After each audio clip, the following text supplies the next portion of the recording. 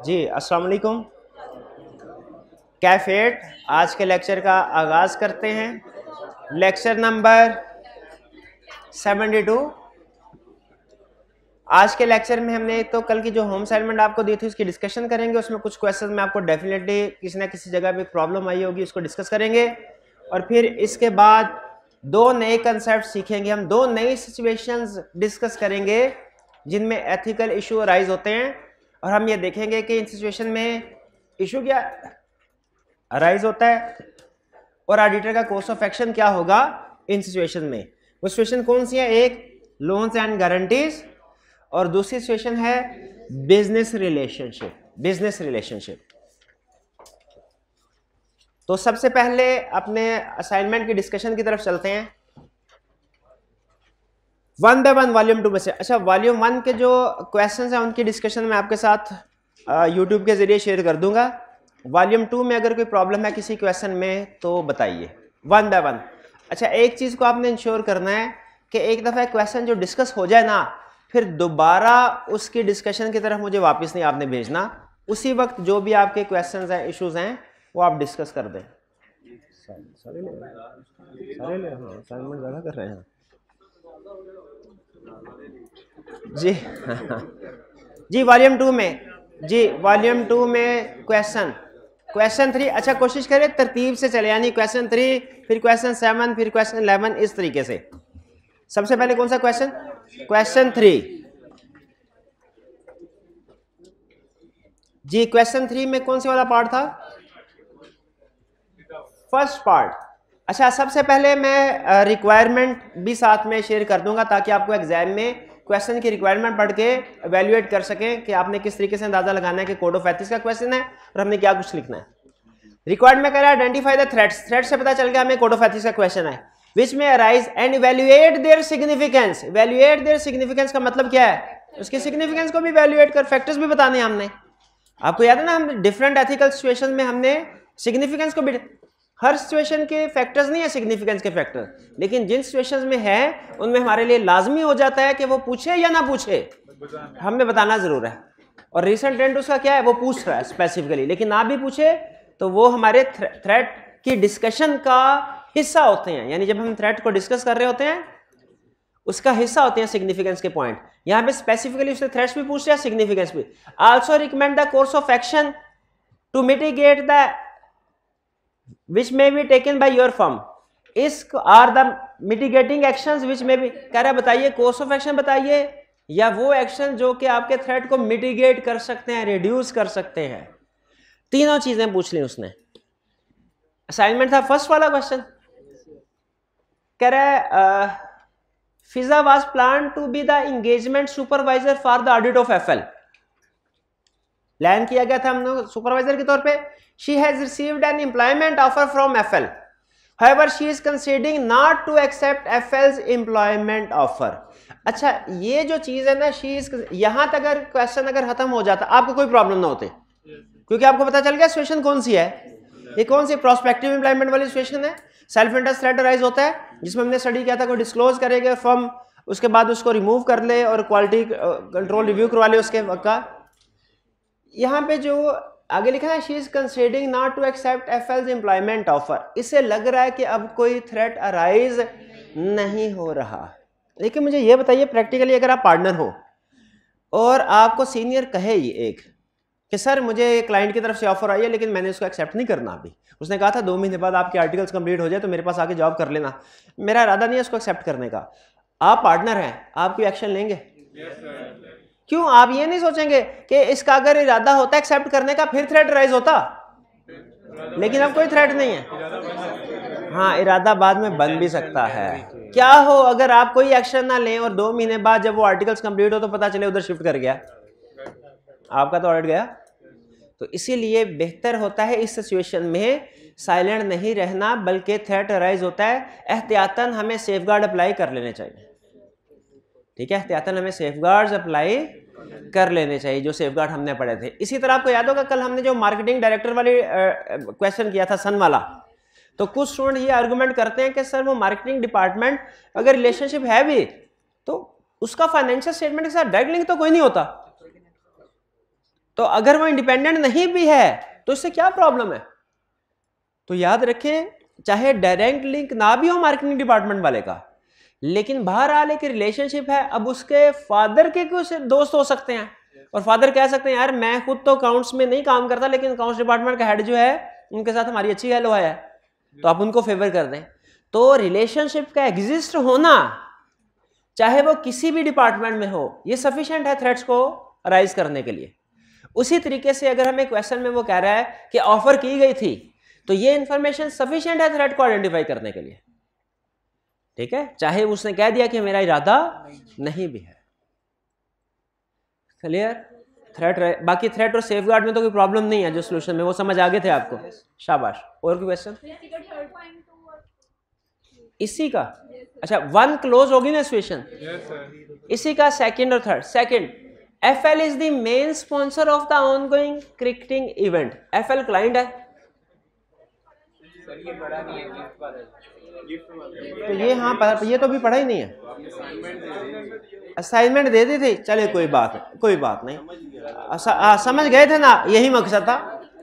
आपको समझ नहीं लगी होगी, आपने कहा होगा कि शायद सर ने ये पढ़ाया है लेकिन मैं सोया हूँगा उस वक्त, तो मैं सोल्यूशन देख लेता हूँ। सोल्यूशन आपने पढ़ा तो आपको समझ आ गई होगी।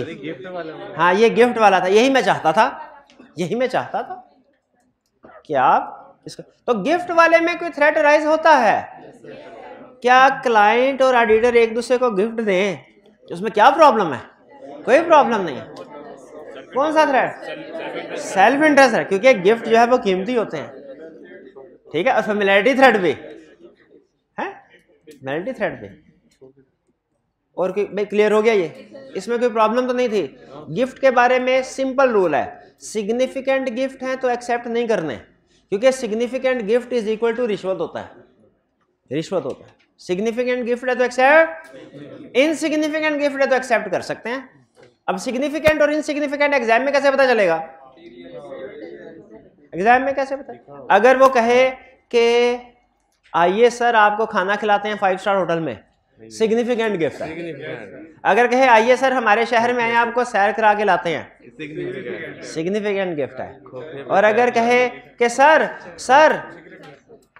सिगरेट, हाँ नहीं, चाय सिगरेट सिग्निफिकेंट नहीं है, चाय सिगरेट ठीक है, हाँ बिल्कुल ठीक है। तो सिग्निफिकेंट गिफ्ट की इजाजत नहीं है, इनसिग्निफिकेंट गिफ्ट एक्सेप्ट कर सकते हैं। क्लियर? और कोई इस क्वेश्चन में प्रॉब्लम? और कोई प्रॉब्लम नहीं है इसमें? 3 के अलावा आगे चलें फिर। 3 के अलावा 3 का 4th पॉइंट, FL क्लाइंट है ना, FL has offered your firm that the fee for the taxation service of this year may be based on a percentage of tax saved. Contingent fee, जितनी tax saving, not allowed. Contingent fees for assurance as well as non-assurance services to assurance clients. ठीक है, assurance clients को नहीं, ना जो हमारे audit client होते हैं ना उनको एश्योरेंस सर्विसेज की कंटीजेंट फी चार्ज की जा सकती है। तो नॉन एश्योरेंस सर्विस, तो ये नॉन एश्योरेंस सर्विस थी ना, नॉन एश्योरेंस सर्विस थी, तो इसीलिए ये अलाउड नहीं है। फॉन्ट साइज ठीक है, किताब ऐसे भी आपके पास नजर आ रहा है। चलिए, हाइब्रिड में नहीं नजर आ रहा, चलिए नहीं, हाइब्रिड वालों के पास बुक नहीं है।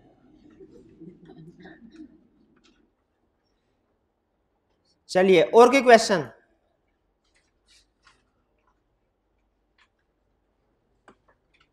और कोई question?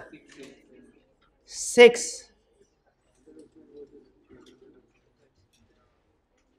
Shayan has recently been hired as the audit। अच्छा, सबसे पहले रिक्वायरमेंट कर लें। अच्छा, अगर ये पढ़ा नहीं जा रहा तो मुझे बताइए, फिर मैं इसको डिफरेंट फॉन्ट साइज में कन्वर्ट कर लेता हूँ जी। हाइब्रिड क्लास में अगर किसी स्टूडेंट को प्रॉब्लम है ये रीड करने में तो हाथ उठा दीजिए। नहीं, कोई प्रॉब्लम नहीं है, पक्की बात है ना, कोई प्रॉब्लम नहीं है। उनको आवाज ही नहीं, देख लें, एक बार देख लें आवाज आ रही है कि नहीं, सोए हुए कि नहीं, ये देख लें बस जी। अच्छा, पहले requirement, identify the possible threats which में arise and discuss their significance. जी जी जी मेरे भाई, थोड़ा सा जूम कर रहा है। चलिए ठीक है, फिर मुझे 1 मिनट दीजिए, पॉज कीजिएगा। क्वेश्चन 6 पार्ट ए या पार्ट बी दोनों? Part A. Identify the possible threats when discuss the significance, also discuss the safeguards required to mitigate the threats under each of the following assumptions. दो part उसने दिए हैं, हर part को आपने अलग heading के साथ अटेम्प्ट करना है, यानी पार्ट 1 अलग सॉल्व होगा, सब पार्ट अलग। Shayan resigned from PL with effect from 30th June 2009. Shayan resigned from PL with effect from 30th June 2018. पढ़ते हैं। Shayan has recently been hired as the audit manager in the firm of Chartered Accountant, which is the auditor of Python Limited. Firm में आया है, audit firm में जिसने audit करना है उसमें एक पर्सन को हमने मैनेजर के तौर पे अपॉइंट किया है। Shayan previously served as manager finance in PL for 3 years. वो 3 साल तक क्लाइंट में एम्प्लॉय रहा है। इसका मतलब है सिचुएशन कौन सी हुई? जिसमें वो क्लाइंट से फर्म में आता है। हमने क्या स्टडी किया था इस सिचुएशन में? या उसी को टीम मेंबर बना के ऐड करने के लिए भेजेंगे, थ्रेट राइज होगा। ठीक है, उसमें 2 पॉसिबिलिटी डिस्कस की थी हमने, याद है?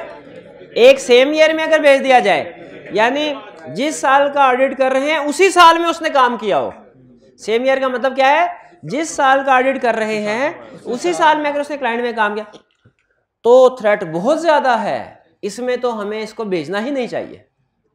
आगे चलते हैं। लेकिन अगर नेक्स्ट ईयर में आया यानी साल गुजर गया तो फिर आ सकता है टीम, लेकिन उसमें भी थ्रेट राइज होता है। कहता है firm is considering to depute Shayan as the engagement manager for the audit of PL for the year ended 31 अगस्त 2019। 31 अगस्त 2019 का जो ईयर एंड है इसका ऑडिट करने के लिए शायान को कंसीडर किया जा रहा है टीम में हिस्सा बनाने के लिए। अब देखिए, अगर वो 30 जून 2019 को उसने छोड़ा और 31 अगस्त 2019 का ऑडिट कर रहा है वो, तो ये सेम ईयर वाली सिचुएशन नहीं हो गई? तो जिस साल उसने क्लाइंट पे काम किया है उसी साल का ऑडिट करने के लिए अगर भेजा जाए इसको, तो थ्रेट कौन सा राइज होगा? Familiarity threat, self review threat, self interest threat. Self interest threat भी था इसमें, सेल्फ इंटरेस्ट थ्रेट। तो ये इतना सिग्निफिकेंट हो सकता है सेल्फ इंटरेस्ट थ्रेट, इसलिए कि हो सकता है उसका कोई पेंशन वगैरह, कोई पैसे वगैरह लेने देने उधर अभी पेंडिंग हो। तो इस सिचुएशन में अगर सेम ईयर में भेजते हैं यानी पार्ट 1 में, थ्रेट इतना ज्यादा है कि वो किसी भी सेफगार्ड से रिड्यूस नहीं किया जा सकता, तो शायान को 30 जून 2019 का ऑडिट करने के लिए, 31 अगस्त 2019 का ऑडिट करने के लिए नहीं भेजा जाएगा। हाँ, लेकिन अगर 30 जून 2018 को उसने रिजाइन कर लिया होता तो इसका मतलब है अब हम ऑडिट कर रहे हैं 1 सितंबर 2018 से 31 अगस्त 2019 तक के फाइनेंशियल स्टेटमेंट्स का। इस सूरत में ये उस साल का एम्प्लॉय नहीं है जिसका ऑडिट कर रहे हैं, प्रीवियस ईयर का है। थ्रेट अभी भी राइज होता है, लेकिन इसमें चूंकि सिग्निफिकेंस निस्बतन कम है तो इसे टीम का हिस्सा बनाया जा सकता है। थ्रेट इसमें भी लिखेंगे, कौन कौन सा threat? Familiarity threat, self interest threat, self review threat.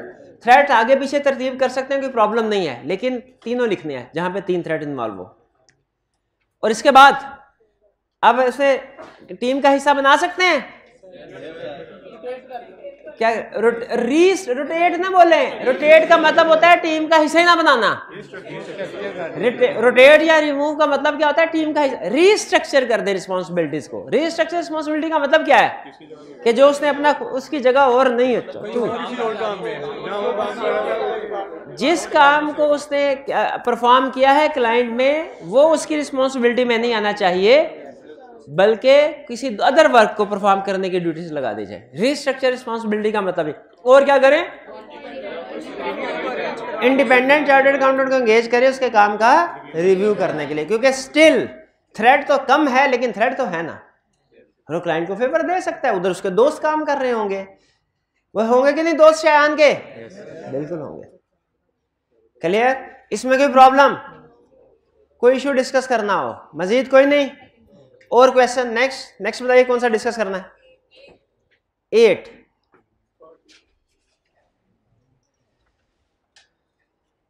Question part A के पार्ट बी? 8 का भी पार्ट 2 था सिर्फ। Discuss the threads and related safeguard in each of the following situations.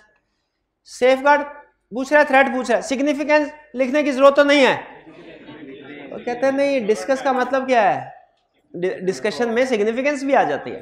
तो पूछे, इसलिए मैंने आपको बताया, पूछे ना पूछे सिग्निफिकेंस के फैक्टर लिखने हैं। Part 2, Akram is the audit senior engaged on the audit of Dragon Limited. He has informed the audit manager that he has been offered a job by DL and that he would be joining DL from 1st April 2018. Audit is expected to be completed on 15 March 2018. ये तो वही case हो गया, अभी थोड़ी देर पहले हुआ है, थोड़ी देर पहले हुआ है। कौन सा वाला केस था वो? फिजा वाला केस था, शाबाश। फिजा लिमिटेड, वो क्लाइंट था नहीं, वो जो बंदा जा रहा था, जो कह रहा था, पूछ रहा था, उसका नाम नहीं याद, फिजा का नाम याद है, उसका नाम नहीं याद है। अच्छा वो फिजा ही थी, ठीक है ठीक है ठीक है जी। और की क्वेश्चन? ये हो गया ना, ये वही है, प्रॉब्लम तो नहीं है, प्रॉब्लम तो नहीं भाई। ये केस स्टडी की होती है आपने, फिर आपको पता था फिजा कौन है, पूरा फिजा कौन है। ये स्टडी करोगे तो पता चलेगा ना कौन कौन उसमें, आपको पता ही नहीं चलता कौन कौन आके गुजर भी जाते हैं लोग, ठीक है। तो ये वही केस स्टडी है, कोई प्रॉब्लम तो नहीं है। तो फिर बताइए क्या होगा इसमें? थ्रेड कौन सा राइज होगा? सेल्फ इंटरेस्ट थ्रेड और सेल्फ रिव्यू। ये यानी जब वो क्लाइंट को ज्वाइन कर लेगा तो फिर उसने ऑडिटर का काम चेक करना है। सेल्फ रिव्यू थ्रेड तो उसी वक्त राइज होता है ना, ऑडिटर ने क्लाइंट का काम चेक करना होता है कि क्लाइंट ने ऑडिटर का? दोनों ने नहीं करना होता। ये कौन ऐसे ना करें यार। तो जब कोई बंदा ऑडिट फर्म को छोड़ के क्लाइंट का हिस्सा बनता है, याद रखें सेल्फ रिव्यू थ्रेट नहीं आता, सिर्फ फैमिलियरिटी थ्रेट आएगा। लेकिन जब वो क्लाइंट को छोड़ के ऑडिट टीम का हिस्सा बनता है, फैमिलियरिटी थ्रेट भी आएगा, सेल्फ रिव्यू थ्रेट भी आएगा, और सेल्फ इंटरेस्ट तो आएगा ही। लेकिन मैं पूछ रहा था इस क्वेश्चन में, इसमें क्या थ्रेट है? सेल्फ इंटरेस्ट थ्रेट और बस सेफगार्ड्स। फर्म को नोटिफाई करना चाहिए इंडिविजुअल को, लेकिन क्वेश्चन में तो उसने बता दिया हुआ है he has informed the audit manager, तो ये थोड़ी सेफगार्ड आएगा। ये कौन है असाइनमेंट भी नहीं करके आते, लेक्चर भी ध्यान से नहीं सुनते, घर में ये क्या हम सीए करने जा रहे हैं। अच्छा हाँ, तो सेफगार्ड रिमूव कर दें इसको, और quality control review, engage additional chartered accountant या अपॉइंट एप्रोप्रिएट रिव्यूअर, एक ही बात है, एक ही बात है, to review the work done. मैं क्लियर हो गया? कोई प्रॉब्लम और क्वेश्चन? असाइनमेंट 22 नहीं, तरतीब से चले ना, 8 के बाद कोई 9, 10, 11, 12 की रेंज में तो वो पूछ ले। 9 में कौन सा? A part, discuss the threats that may be involve. अच्छा मैं आपको बता दूं, पूरी की पूरी जितनी भी केस स्टडीज आई कि आपने हमसे आज तक पूछी है ना, और जो आगे पूछ सकता है, सिर्फ एक केस स्टडी होती है जिसमें थ्रेट राइज नहीं होता, वो होती है टैक्स रिटर्न फाइल करना। अगर हम अपने ऑडिट क्लाइंट के बिहाफ पे उसकी टैक्स रिटर्न फाइल कर रहे हैं एफबीआर को, इसमें थ्रेट राइज नहीं होता, वरना बाकी जो भी सिचुएशन आपको दे देना एग्जाम में, सब में थ्रेट राइज होगा। ठीक है, टैक्स रिटर्न में थ्रेट इसलिए राइज नहीं होता क्योंकि ये समझा जाता है कि इसकी इंडिपेंडेंट इन्वेस्टिगेशन एफबीआर ने फिर भी करनी है। अगर फेवर दी भी दी हो ना क्लाइंट को, तो इंडिपेंडेंट इन्वेस्टिगेशन एफबीआर ने फिर भी करनी होती है। तो टैक्स रिटर्न में, हाँ ये नॉन इंश्योरेंस एंगेजमेंट है, टैक्स रिटर्न के अलावा वो पार्ट सी देख के मेरे ज़हन में आ गया, मैंने कहा आपके साथ शेयर कर दूं। बहरहाल पार्ट ए कह रहा है discuss the threats that may B involved and the related safeguards in each of the following situation. सीखने में बताने अनवर एन एक्स ट्रेनी यानी पास्ट में ट्रेनी था फर्म का, has recently rejoined your firm, वो छोड़ने क्या दोबारा आ गया है, छोड़ गया था वापस आ गया। He is interested in acting as the engagement manager on Curtains Limited, where he had been employed during the past 2 years. अब ये कौन सा वाला केस है? फर्म से क्लाइंट या क्लाइंट से फर्म? क्लाइंट से फर्म, और उसको ही हम टीम का हिस्सा बना के भेजे। ये भी अभी थोड़ी देर पहले किया था। शयान वाला यही नहीं था? शयान वाला यही नहीं था? तो इसको भी हम दोनों हिस्सों में करेंगे, इसको दोनों हिस्सों में करेंगे कि इस साल तो बिल्कुल भी टीम का हिस्सा बना के नहीं भेज सकते और नेक्स्ट ईयर में भेज सकते हैं, क्योंकि एक साल गुजर चुका होगा, लेकिन उस सूरत में सेफगार्ड अप्लाई करने पड़ेंगे। ठीक है। थ्रेट कौन सा राइज होता है इस सिचुएशन में? फेमिलियरिटी थ्रेट शाबाश, और सेल्फ रिव्यू थ्रेट शाबाश, और सेल्फ इंटरेस्ट थ्रेट शाबाश, और आगे भी बता रहा। अच्छा ये कह रहे हैं आप, चले हो गए थ्रेट सारे। अब मुझे ये बताइए सेफगार्ड्स क्या होंगे? हाँ, सेफगार्ड में हमने अभी बता दिया कि सेम ईयर में तो हम उसको नहीं भेजेंगे आई टीम का हिसाब बना के, नेक्स्ट ईयर में अगर भेजते हैं, एक साल गुजरने के बाद अगर भेजते हैं, दोनों डिस्कस करनी चाहिए ना सिचुएशंस, कि सिर्फ रिसेंट ईयर वाली डिस्कस करनी चाहिए, दोनों कंप्लीट कंसेप्ट डिस्कस करना। रिव्यू करेंगे, रीस्ट्रक्चर करेंगे उसकी रिस्पॉन्सिबिलिटीज को। शाबाश।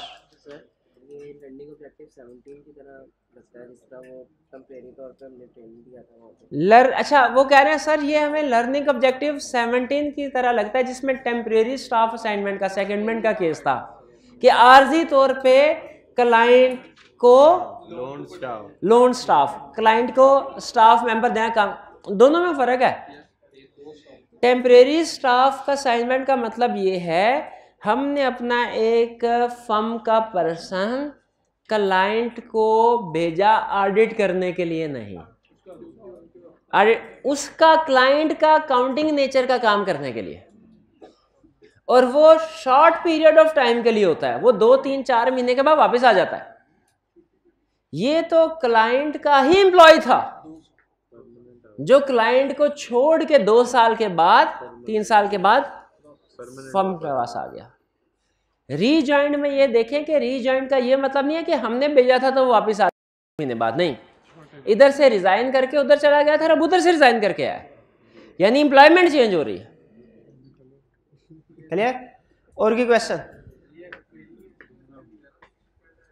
ये एक्स ट्रेनी उसने बिला वजह कंफ्यूज करने के लिए लिखा है, इसलिए इसका कोई इंप्लीकेशन नहीं है लिखने कि पास्ट में हमारा ही ट्रेनी था, छोड़ के चला गया फिर वापस आ गया। ठीक है, तो हमने उसको अब जो एज ऑन सिचुएशन है इसके मुताबिक थ्रेड बताना है। इसमें कोई प्रॉब्लम? 11 का ए पार्ट उन्होंने कहा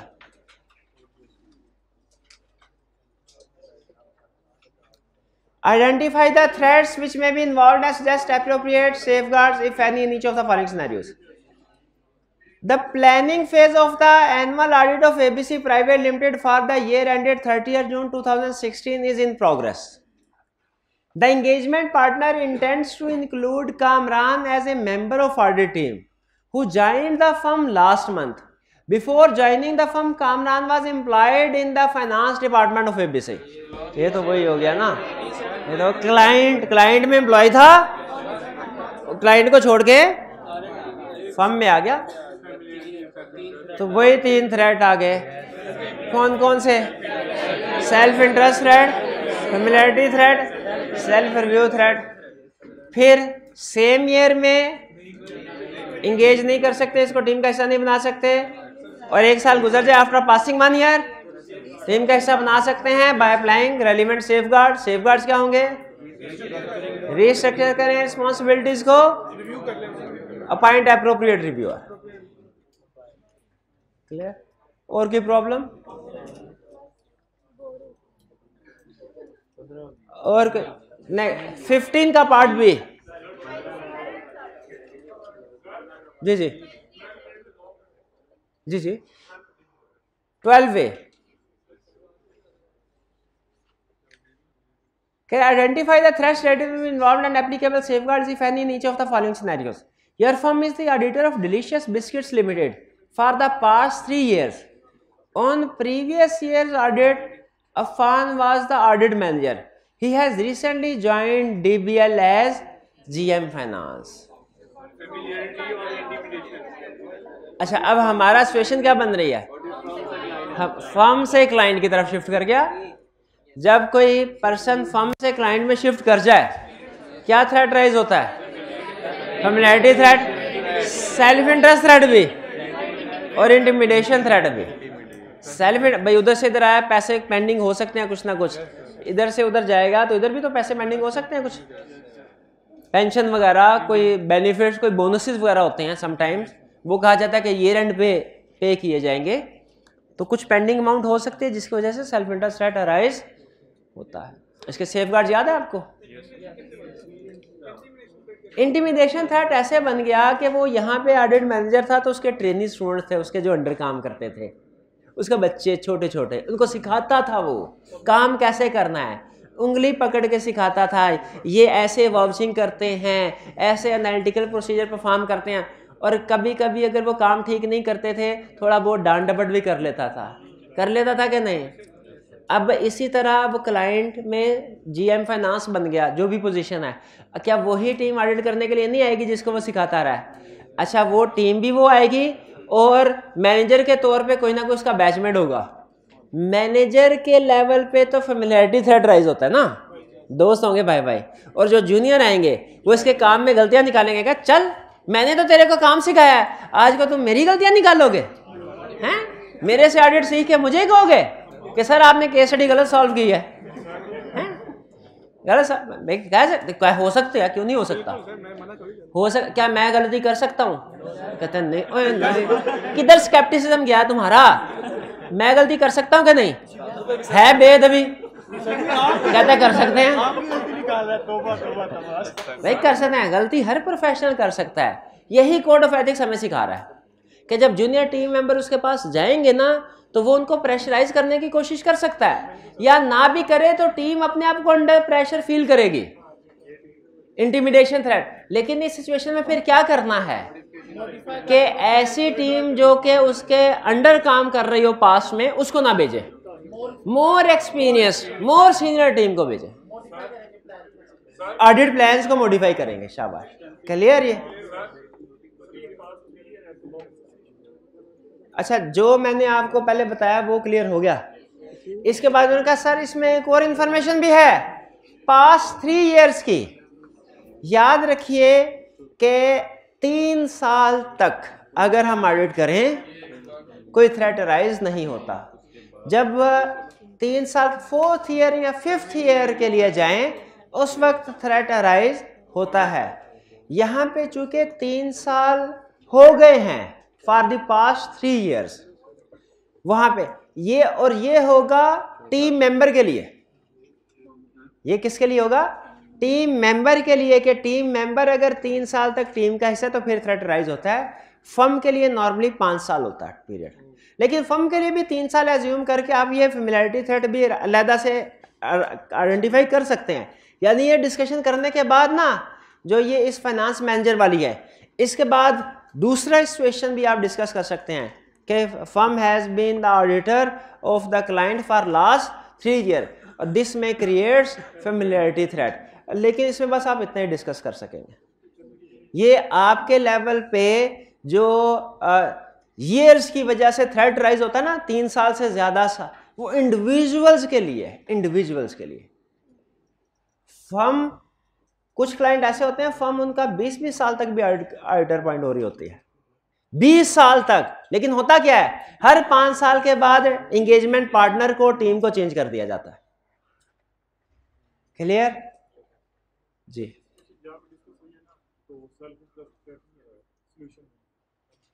ये सेशन जहां पे डिस्कस हुई है वहां पे सेल्फ इंटरेस्ट थ्रेट नहीं लिखा हुआ। हाँ बुक में लिखा। अच्छा तो सोल्यूशन में लिखा, उनका कहना यह है कि सर सोल्यूशन में ना, केस स्टडी के सोल्यूशन में सेल्फ इंटरेस्ट थ्रेट नहीं लिखा हुआ, हालांकि लिखा होना चाहिए। हाँ ठीक है, अगर सिमिलर सिचुएशन किसी केस स्टडी में उसने टेस्ट की है और उसमें सेल्फ इंटरेस्ट थ्रेट अगर नहीं लिखा हुआ, लिख देना चाहिए, लिख ले मेरे भाई, ठीक है। क्लास के बाद मुझे याद करवा दीजिएगा, मैं अपने पास भी नोट कर लूंगा, ठीक। तो मेरे भाई मैं यही कलप रहा हूँ, नहीं मैंने अभी यही कहा ना, इंसान हूँ, गलती हो सकती है। अब मेरे से गलती नहीं हो सकती क्या? मैं इंसान हूँ, गलती हो सकती है। नहीं नहीं मैं सर मैं माइंड नहीं कर रहा, इसमें कोई बात की बात नहीं भाई, गलती है। अच्छा अकाउंटेंट वो नहीं है जो गलती ना करे, अच्छा अकाउंटेंट गलती करे, माने गलती है भाई, है गलती, क्या करें, हो गई है तो क्या करें, फांसी थोड़ी लगा दें यार, मैंने मान भी ली है, मैंने ये थोड़ी कहा कि नहीं आपने गलत पढ़ा, नहीं ठीक है, आना चाहिए। सोल्यूशन में सेल्फ इंटरेस्टेड नहीं लिखा हुआ, आना चाहिए था, मुझे बता दीजिएगा, मैं ऐड कर दूंगा बाद में, ठीक है जी। और कोई ऐसे इंप्रूवमेंट आती है, ऐसे इंप्रूवमेंट आते हैं, आप लोग बताते हैं कि सर इसमें ये लाइन ऐसे नहीं, ये ऐड होनी चाहिए थी, ये नहीं होनी चाहिए थी, इसी तरीके। और कोई क्वेश्चन?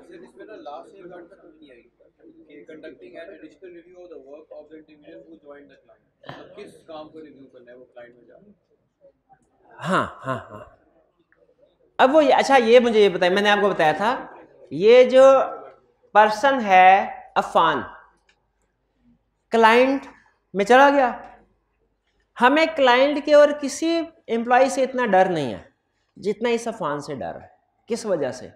क्योंकि ये हमारे सारे दाव पेच जानता है, इसीलिए कोड ऑफ एथिक्स ये कहता है कि बाकी का ऑडिट तो ठीक है, आप बाकी के सेफगार्ड अप्लाई करें, इसके काम को डबल चेक करें, इसके काम को। इसीलिए जो लास्ट सेफगार्ड है ना वो यही है कि इसके एक तो जनरली सबके काम का वेरिफिकेशन होगी, लेकिन जिस डिपार्टमेंट में जिस एरिया में फान काम कर रहा है ना क्लाइंट का, उसमें ज्यादा चेकिंग करें, क्योंकि ये हमारे सारे दाव पेच है और ये बेहतरीन पर्सन होगा क्लाइंट में जो फ्रॉड कर भी सकता है और उसको छुपा भी सकता है,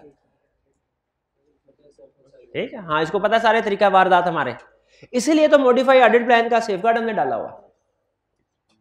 क्लियर? और कोई क्वेश्चन? चलिए नेक्स्ट क्वेश्चन, और इसके अलावा 21, 15 का भी, 15 का पढ़ लेते हैं, कोई बात नहीं, भाई ने कहा तो पढ़ लेते हैं। डिस्कस द कैटेगरीज ऑफ, नहीं भाई आप बने, categories of threat that may be involved in of following independence advise the partner concern.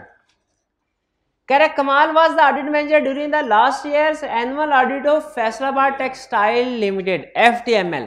Last year वो हमारी टीम का हिस्सा था, टीम का।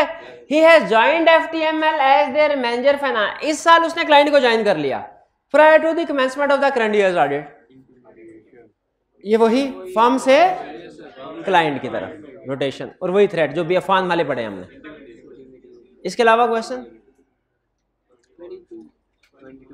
21 में क्या प्रॉब्लम है? 21 पूरा दिया था आपको, ये जॉन्स एंड कंपनी वाला। इसमें सारे थ्रेड्स तो आप आइडेंटिफाई नहीं कर पाए होंगे, क्योंकि कुछ हमने किए हैं कुछ नहीं किए। प्रॉब्लम क्या है इसमें? प्रॉब्लम बता लें डिस्कस। फीस यानी एंड वाला, सेकंड ये पैरा ऊपर वाला, अच्छा ठीक है। During the year the financial controller किसको कहते हैं? CFO को। of LV Phones was ill and hence unable to work. The company had no spare staff able to fulfill the role and hence a qualified audit senior of Jones and Company was seconded to the client for 3 months. ये वाली वो case आ गया, secondment, loan staff वाला, temporary staff assignment वाला। तो इसमें उसको हम डिस्कस कर देंगे, प्रॉब्लम तो नहीं है इसमें कोई।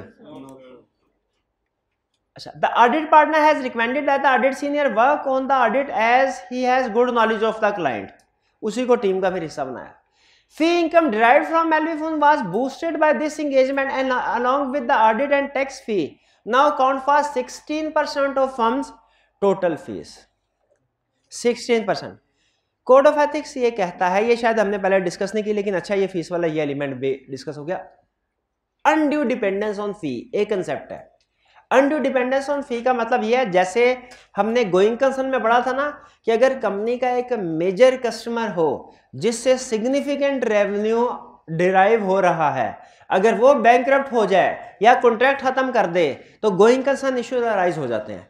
उसी तरह फर्म के भी समटाइम कुछ क्लाइंट्स ऐसे होते हैं जो बड़े क्लाइंट्स हैं, उनसे 10%, 15%, 20% ऑफ फीस फर्म डिराइव कर रही होती है, और अगर 20-15% फीस वाला क्लाइंट छोड़ जाए तो उसका मतलब क्या हुआ, 15% फीस टोटली।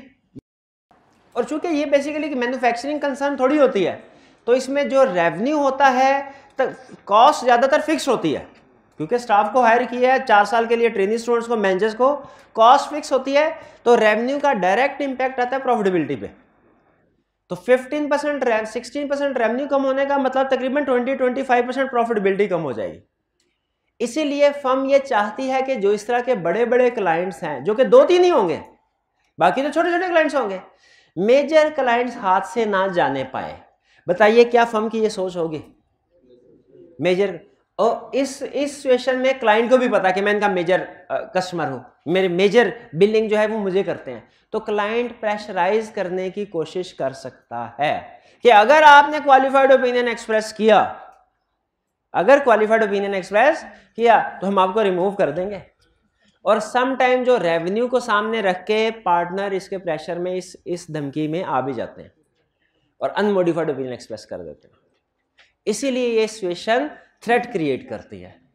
इसको स्टैंडर्ड नाम देता है अनड्यू डिपेंडेंस।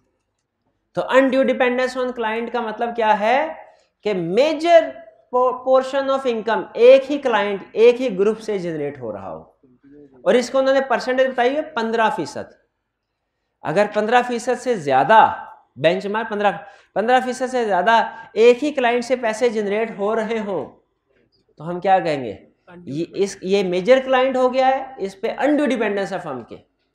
इसका तो अब ऑडिट अच्छा कर सकते हैं ऑडिट, लेकिन चूंकि इसमें थ्रेट है कि कहीं क्लाइंट को फेवर ना दी गई हो ताकि क्लाइंट हाथ से ना जाए, इसलिए इंडिपेंडेंट पर्सन को एंगेज करके पूरे के पूरी जॉब का रिव्यू, क्वालिटी कंट्रोल रिव्यू करवा लेना चाहिए।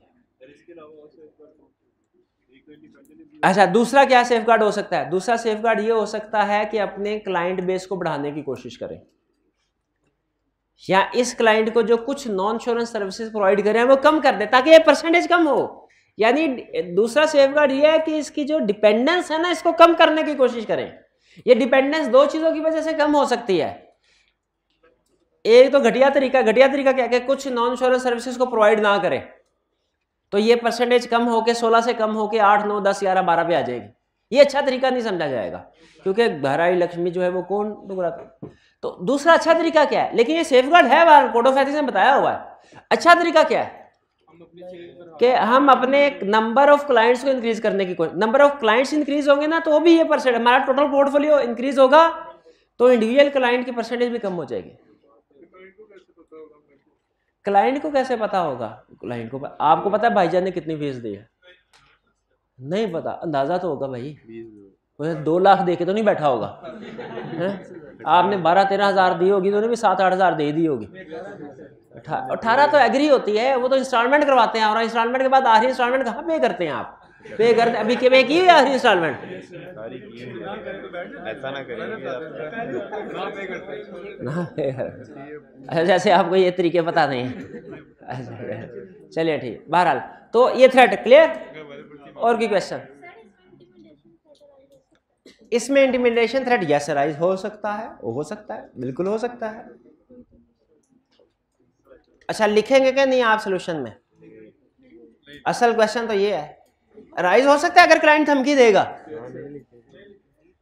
आपने देखना है बुक के अंदर ये सिचुएशन डिस्कस हुई है कि नहीं, तो फिर आप जजमेंट है इस सूरत में लिख सकते हैं। लेकिन अगर ये सिचुएशन बुक में डिस्कस हुई होती तो उसमें जो थ्रेड्स लिखे होते आपने वही लिखने होते, क्योंकि आपको असूल क्या बताया हुआ है, जो चीज स्पेसिफिकली कहीं पे डिस्कस हुई हो उसकी जजमेंट अप्लाई नहीं होती, उस पर जजमेंट अप्लाई नहीं करते, उसमें जो लिखा हुआ है वही अप्लाई करना है।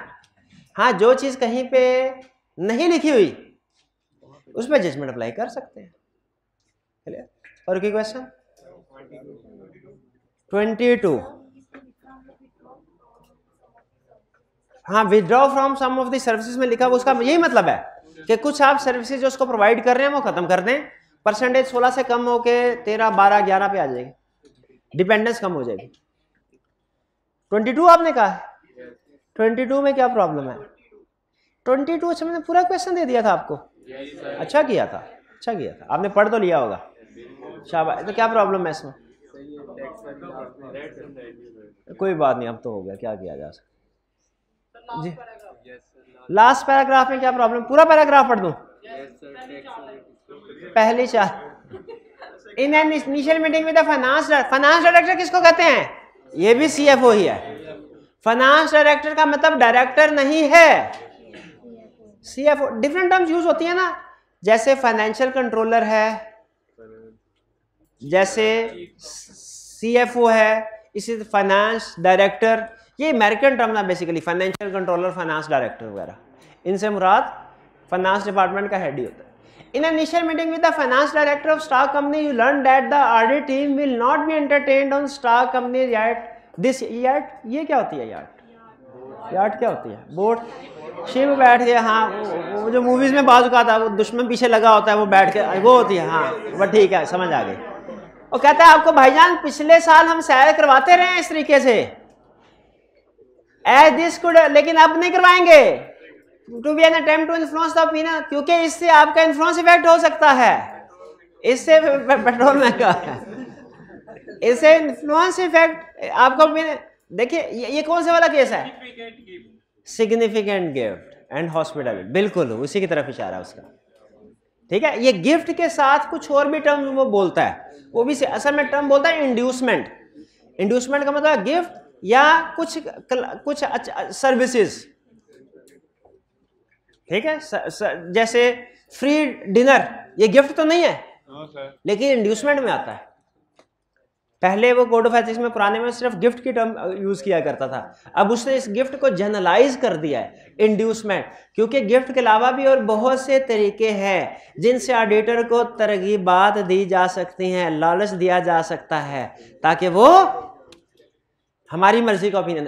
कहता है भाईजान कोड ऑफ एथिक्स मना करता है ये यार्ड वाला काम इस साल नहीं करेंगे।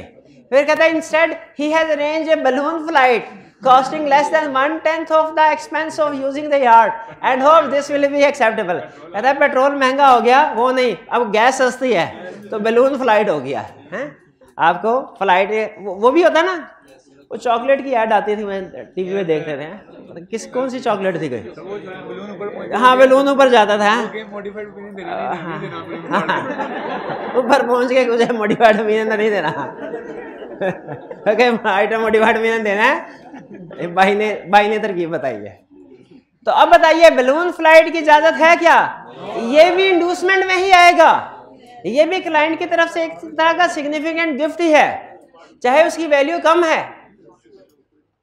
इसमें भी थ्रेट अराइज होगा। कौन सा थ्रेट?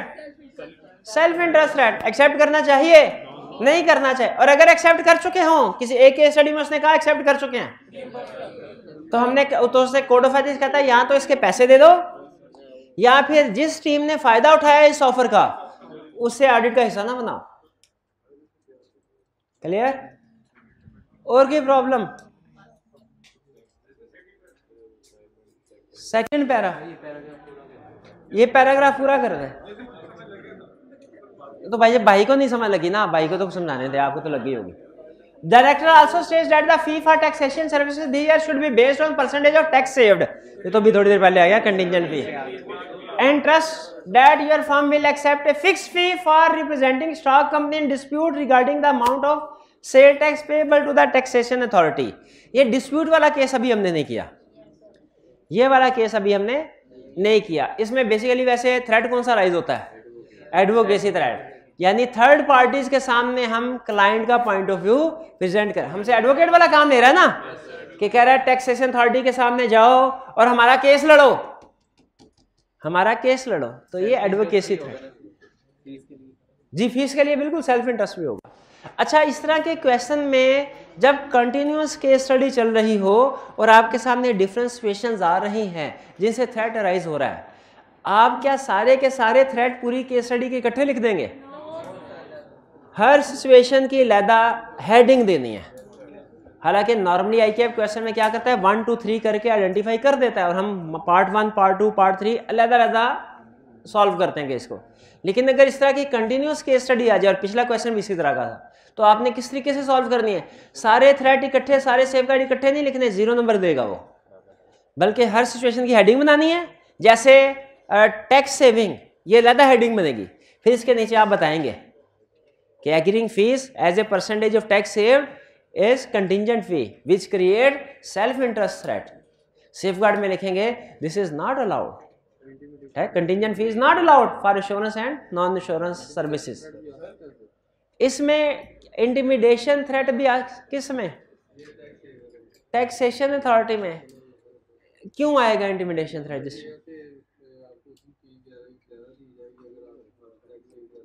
नहीं नहीं, ये इंटिमिडेशन थ्रेट नहीं। अगर क्लाइंट कहता है कि जी ज्यादा टैक्स सेव करेंगे ज्यादा फीस मिलेगी, ये इंटिमिडेशन नहीं है, ये क्लाइंट प्रेशराइज नहीं कर रहा, लालच दे रहा है, सेल्फ इंटरेस्ट थ्रेट है जी। नेक्स्ट,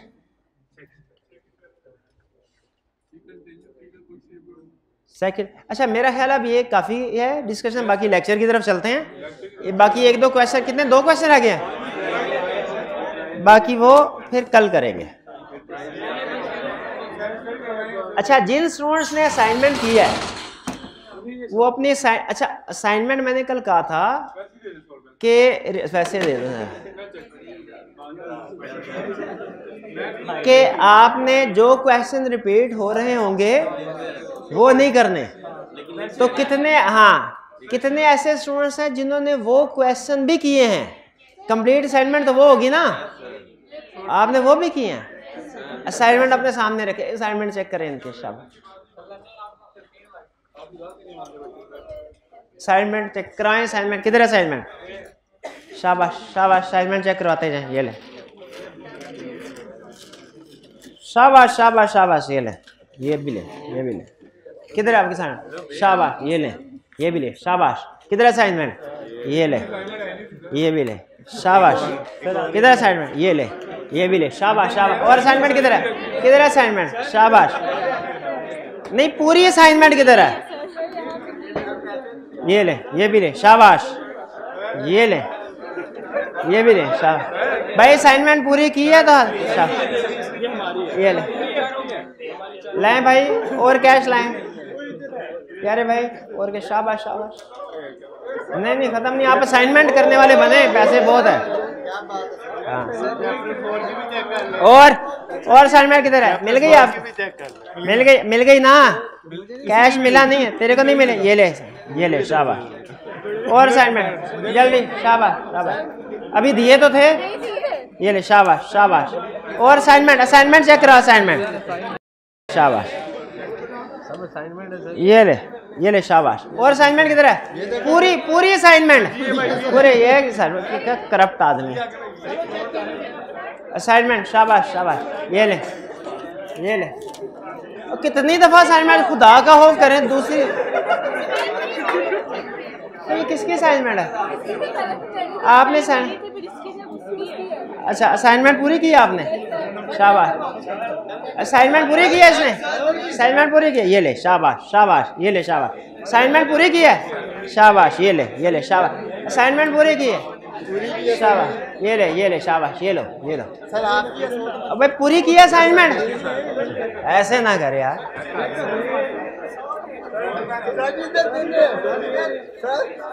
असाइनमेंट पूरी की है? ये ले, शाबाश शाबाश। असाइनमेंट पूरी की? ये ले, शाबाश शाबाश। ये ले, तू भी ले, शाबाश शाबाश। ये ले, शाबाश। ये ले, असाइनमेंट पूरी की है ना? शाबाश। इसने भी किया? शाबाश। ये ले भाई, शाबाश। और असाइनमेंट? ये ले, इन दोनों ने किया है, इसने भी किया? शाबाश है। और हाइब्रिड में ठहर जा, दे रहा हूँ सर जी, इधर भी। ये ले, शाबाश। अच्छा, क्लास में स्टूडेंट कम है, मुझे लगता है प्राइस ज्यादा डिस्ट्रीब्यूट। ऐसे ना कर, इधर मैं तुम्हारा अबू इधर दे दे। ये ले हूँ तो सही, ये ले शाबाश शाबाश शाबाश शाबाश शाबाश, ये ले ये हाइब्रिड में डिस्ट्रीब्यूट करके आओ, शाबाश। कितने खुदा का खौफ करें। ये 10 स्टूडेंट ने असाइनमेंट की थी कंप्लीट और 30 मर्जी है आप लोगों की। चलिए महाराज आ जाओ, 5 मिनट है अभी, कोई मुश्किल नहीं है, कोई मुश्किल नहीं। अच्छा, लोन एंड गारंटी तो पढ़ा हुआ है हमने, लोन एंड गारंटी तो पढ़ा हुआ है। क्या कह रहा है? कह रहा है लोन एंड गारंटी थ्रेट कौन सा राइज होगा? वो तो हमें पहले ही पता है, पैसों का मसला, सेल्फ इंटरेस्टेड राइज होगा टू एन। अच्छा, ये डिपेंड करता है लोन किसको दिया गया। अगर लोन दिया गया है ऑडिट क्लाइंट का, देखिए इसमें मेन कंसेप्ट क्या समझा रहा है हमें, मेन कंसेप्ट ये समझा रहा है कि अगर जिस बंदे ने लोन दिया है, जिस पार्टी ने लोन दिया है, वो उसका ऑर्डिनरी कोर्स ऑफ बिजनेस है लोन देना, फिर तो, और उसने नॉर्मल टर्म्स एंड कंडीशन के ऊपर लोन दिया, जो नॉर्मल प्रोसीजर होते हैं, फिर तो कहता है भाई कोई बड़े मसले वाली बात नहीं है। लेकिन अगर जिस बंदे ने लोन दिया है उसका नॉर्मल बिजनेस ये नहीं था, नॉर्मल बिजनेस किसका होता है? लोन देना, बैंक का, फाइनेंशियल इंस्टीट्यूशन का, ठीक है, उसका वो बैंक के अलावा किसने, फिर प्रॉब्लम हो सकती है। मेन कंसेप्ट ये है इसमें कि आपने 2 चीजें देखनी है, लोन किसने दिया, किन टर्म्स एंड कंडीशन पे दिया, और तीसरी चीज इसके बाद अमाउंट, मैग्नीट्यूड। ये 3 चीजों के गिर्द हमारा केस घूमेगा। यही कह रहा है अगर तो लोन दिया गया ऑडिट क्लाइंट को, यानी ये अजीब सूरत हाल है, फर्म ने क्लाइंट को दे दिया, यानी क्लाइंट इतना गरीब है कि ऑडिटर जिसका स्टाइपेंड ही 15-16 हजार है, उससे लोन मांगने की जरूरत पेश आ गई। तो अगर कहता ठीक है, हालांकि ऑडिटर का normal course of business loan देना नहीं होता, तो वो कहता है दे सकते हैं, लेकिन सिर्फ इसलिए उसने सिर्फ इमटेरियल लोन की इजाजत दिया, मटेरियल की नहीं, मटेरियल की नहीं। फीस देने के लिए लोन लिया तो इजाजत नहीं है, क्यों इजाजत, क्यों इमटेरियल थोड़ी होगी, मतलब मटेरियल फिकर, इमटेरियल का मतलब 200-400 बात होता है ना, पैसे घर बंदा भूल आता है, घर जाने का किराया नहीं है, तो ऑडिटर से कहा यार ऑडिटर तेरी मेरा 150 दे दे, है कल तेरे को दे दूंगा। तो ये इमटेरियल इसकी इजाजत है, मटेरियल लोन की ये जहन में रखिएगा, ये लोन किसको दिया जा रहा है, क्लाइंट को ऑडिटर है। नॉर्मली केस स्टडी में ये सिचुएशन नहीं पूछता, कोड ऑफ एथिक्स में लिखी है बता दी, नॉर्मली नहीं पूछता। नॉर्मली क्या पूछता है, ऑडिट क्लाइंट से ऑडिटर को लोन मिला तो क्या होगा। असल कहानी तो ये है, ऑडिट क्लाइंट ने ऑडिटर को लोन दिया तो क्या होगा, कहता है डिपेंड करता है, if audit client is a bank और सिमिलर इंस्टीट्यूशन तो कहानी फर्क है, if audit client is not a bank और सिमिलर इंस्टीट्यूशन, नॉट, अगर वो बैंक नहीं है तो कहानी डिफरेंट, अगर बैंक है तो कहानी डिफरेंट है, बैंक नहीं है तो कहानी डिफरेंट है। अच्छा बताइए किसमें ज्यादा सवेर हो गए, बैंक नहीं है, शाबाश, बैंक नहीं है तो वो कहता है इजाजत है अगर इमटेरियल हो तो, मटेरियल की इजाजत नहीं है। और अगर मटेरियल लोन लिया हुआ है किससे, क्लाइंट से, जो बैंक नहीं है। देखिए मटेरियल लोन सिर्फ बैंक से लेने की इजाजत है या सिमिलर फाइनेंशियल इंस्टीट्यूशन, और किसी से मटेरियल लोन लेने की इजाजत नहीं है। इसलिए यहां पे भी उसने मना कर दिया, यहां से भी मना कर दिया कि मटेरियल इमटेरियल आपको पता है वैसे हम इग्नोर कर देते हैं, और यहां पे भी कह रहा है कि इमटेरियल है तो चलेगा, टेक्सटाइल कंपनी से लोन ले लिया, ठीक है, पेंट्स कंपनी से लोन ले लिया तो इमटेरियल है तो चलेगा, लेकिन अगर मटेरियल है आपके पास 2 ही ऑप्शन है, या तो लोन को रीपे कर दें या जिस इंडिविजुअल ने लोन लिया है तो उसको रिमूव करें, और अगर फर्म ने लोन लिया है तो फिर विड्रॉ करें, क्योंकि फर्म को तो रोटेट नहीं कर सकते ना भाई। समझ आई बात? यानी बैंक के अलावा किसी भी पर्सन ने से लोन लिया गया है उसकी इजाजत नहीं है। इमटेरियल है तो अलाउड है, मटेरियल है तो अलाउड नहीं है। केस स्टडी में ज्यादातर ये पूछता है कि लोन लिया है एक ऑडिट क्लाइंट से, ये नहीं बताता ऑडिट क्लाइंट का नेचर ऑफ बिजनेस क्या है, तो हमने क्या करना है, दो शाबाश दोनों डिस्कस करने हैं। पहला, अगर क्लाइंट बैंक या फाइनेंशियल इंस्टीट्यूशन नहीं है तो, अभी तो मैंने नहीं पढ़ाया ना तो इसलिए नहीं, आप जो मर्जी पहले लिख दीजिएगा। नहीं है तो क्या है, कहता है इमटेरियल है तो इजाजत है, मटेरियल है तो फिर या तो लोन रीपे करें, या इंडिविजुअल ने लिया लोन तो उसको ऑडिट से निकाल दें, रिमूव कर दें, और अगर फर्म ने लोन लिया हुआ है विड्रॉ कर दें। हाँ, अगर बैंक है तो वो कहता है कि ठीक है कोई प्रॉब्लम नहीं, अगर ये under normal landing procedure and terms and condition में लिखा गया, अगर नॉर्मल लैंडिंग प्रोसीजर्स में लोन दिया गया है, नॉर्मल टर्म्स एंड जिसे हमने ऑडिटिंग स्टैंडर्ड में नाम देते हैं ऑर्डिनरी कोर्स ऑफ बिजनेस का, रिलेटेड पार्टी में याद है, अगर loan ordinary course of business normal terms and condition market terms and condition के ऊपर दिया गया है, आर्म लेंथ बेसिस पे कोई मसला नहीं है। हाँ, अगर लोन बड़ा है ना, बड़ी अमाउंट है, प्रॉब्लम फिर भी कोई नहीं है, ले सकते हैं, बड़ा लोन भी ले सकते हैं, लेकिन उस सूरत में रिव्यूअर को बाइंड करना होगा। क्लियर? क्या एक ऑडिट फर्म किसी मैन्युफैक्चरिंग कंपनी से 50 लाख का लोन ले सकती है? ले सकती है? नहीं। पहले बताएंगे थ्रेट कौन सा राइज होता है। लोन क्यों नहीं ले सकती? अगर ले लिया तो क्या करे, या तो रीपे करे या विड्रॉ कर ले। और अगर बैंक से लोन लिया 50 लाख का, तो अगर नॉर्मल लैंडिंग प्रोसीजर में मार्केट टर्म्स एंड कंडीशन पे लिया तो कोई प्रॉब्लम नहीं, और मटेरियल है तो इसकी वजह से क्या करे, एप्रोप्रिएट रिव्यूअर को अपॉइंट करते हैं। यानी बैंक के केस में इजाजत है अगर रिव्यूअर को अपॉइंट कर दिया जाए। इमटेरियल तो फिर कुछ भी नहीं है, फिर बैंक से इमटेरियल लोन लिया तो एक तो वैसे भी बैंक है, वह लोन में कुछ भी नहीं करना, कुछ भी नहीं करना जी। नहीं, क्वेश्चन में लिखेंगे कि सेल्फ इंटरेस्ट थ्रेट राइज होता है, लेकिन चूंकि नॉर्मल टर्म एंड कंडीशन के ऊपर है इसलिए course of action, no course of action required. Intimidation threat क्यों नहीं राइज हुआ? क्या वहां पे लिखा हुआ है? नहीं लिखा हुआ, तो फिर क्या बताया था, असूल बताया था ना कि जो लिखा हुआ है उसके ऊपर जजमेंट अप्लाई नहीं करने। नहीं, वो बैंक है, वो हमारा दोस्त नहीं है जिसके फोन कॉल ना उठाए तो मैसेज भेजता भाई लोन वापस करो, लिया था ना 1000 रुपया वापस करो, ऐसे होता है ना। बैंक का एग्रीमेंट के मुताबिक चलते हैं। लेकिन असल वजह यह है क्योंकि कोड ऑफ एथिक्स ने नहीं कहा इसलिए राइज नहीं हुआ, वरना कोड ऑफ एथिक्स ने इंटिमिडेशन थ्रेट लिखा होता तो मैं जरूर आपको उसकी कोई ना कोई रीजन समझा ही देता। सही है, टाइम हो गया। अच्छा, क्लास में आते भी इसी टाइम के मुताबिक हैं आप, हैं जैसे मौजूद हो।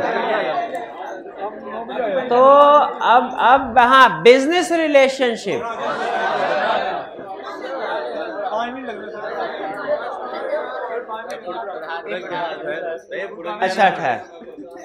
अच्छा, लेकिन आप फिर डिफरेंशिएट कैसे करेंगे कि आज की होम असाइनमेंट में कौन कौन से वाला लोन